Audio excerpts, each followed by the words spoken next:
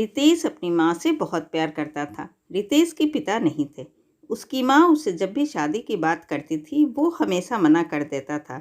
उसे लगता था कि उसकी पत्नी पता नहीं कैसी आ जाए और माँ और बेटे को अलग कर दे। लेकिन अब रितेश अपने आप को बहुत खुशकिस्मत मान रहा था क्योंकि उसको राधा मिली थी। राधा और उसकी माँ में बहुत अच्छी बनती थी। दोनों माँ बेटी की तरह रहती थी। बहू अपनी सास से बिल्कुल बेटी जैसा ही बर्ताव करती थी। बेटी की तरह रूठ जाती थी और जिद करके अपनी बात मनवा लेती थी। रितेश इकलौता लड़का था।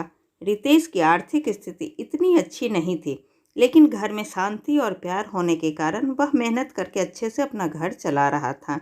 बहू और सास की इस जोड़ी की चर्चा अब मोहल्ले रिश्तेदार में भी होने लगी थी। इनकी मिसाल दी जाने लगी थी, लेकिन रितेश को नहीं पता था कि ऐसा कुछ होने वाला है। शायद दुनिया वालों की नज़र लग गई थी सास और बहू की इस जोड़ी को। एक शाम अचानक रितेश की माँ रितेश को जोर से चिल्लाकर कमरे के बाहर बुलाती है और बोलती है कि अपनी पत्नी को समझा ले। अब बस बहुत हो गया। मैं इतने दिन चुप रही, लेकिन अब मुझसे नहीं होता। वो हर बात में मुझसे जिद करती है। इतने में बहू भी कमरे से बाहर आकर माँ से पूछती है, क्या हुआ माँ जी, आप क्यों परेशान हैं? माँ कहती है, तू चुप कर, मुझे तुझसे बात नहीं करनी है। बहू पूछती है, क्या हुआ, मुझसे कुछ गलती हुई है क्या? माँ बोली, तू अपना यह नाटक बंद कर और मुझे अब तेरे साथ नहीं रहना है। माँ रितेश से कहती है, बेटा तू मुझे गांव छोड़ दे। रितेश बोला, वहाँ कौन है और वहाँ क्या करोगी? माँ कहने लगी, वह मेरा भाई है और मैं मजदूरी कर लूँगी, लेकिन अब इसके साथ नहीं रहूँगी। अब मुझे बची हुई ज़िंदगी वहीं गुजारनी है। बहू बोली, माँ जी अब कैसी बातें कर रही है? हमारे होते हुए आप गांव में अकेली कैसे रहेंगी?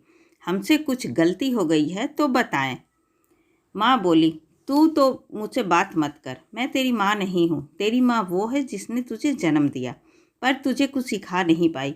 बहू को थोड़ा बुरा लगा। माँ जी आप कुछ भी बोल रही हैं, आपकी तबीयत तो ठीक है ना? रितेश बोला, माँ तुम आराम करो, हम शाम को बात करेंगे। माँ एकदम जिद पर अड़ गई, मुझे अभी गांव छोड़कर आ, अब मुझे यहाँ नहीं रहना।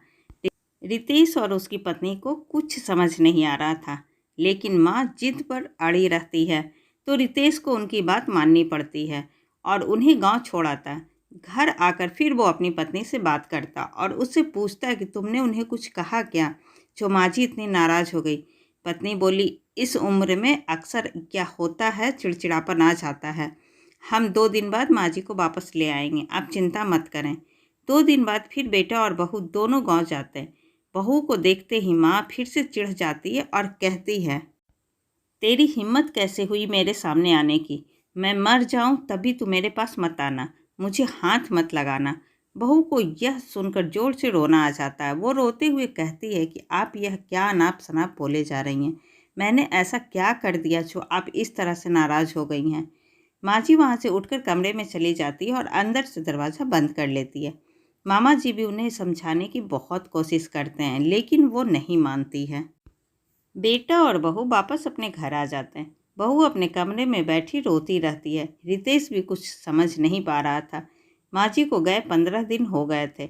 इतने दिन तक उनसे दूर ना बेटा रहा ना बहू। रितेश की पत्नी उन्हें फिर गांव जाने को कहती है और कहती है, जैसा मैं बोलूं वैसा ही वहां जाकर कहना। रितेश गांव जाता और माँ को कहता है, माँ तुम्हारी बहू सीढ़ी से गिर गई है और 5 दिन से तुम्हें याद कर रही है। माँ एकदम से बोली, क्या 5 दिन, और तू अब बता रहा है? वो फटाफट तैयार होकर रितेश और मामा जी के साथ वापस आ जाती है। माँ घर पहुंचकर जोर जोर से बहू बहू पुकारती हुई अंदर जाती है और सीधे बहू के कमरे में जाकर बिस्तर पर सोई बहू के गले लग जाती है और रोने लगती है।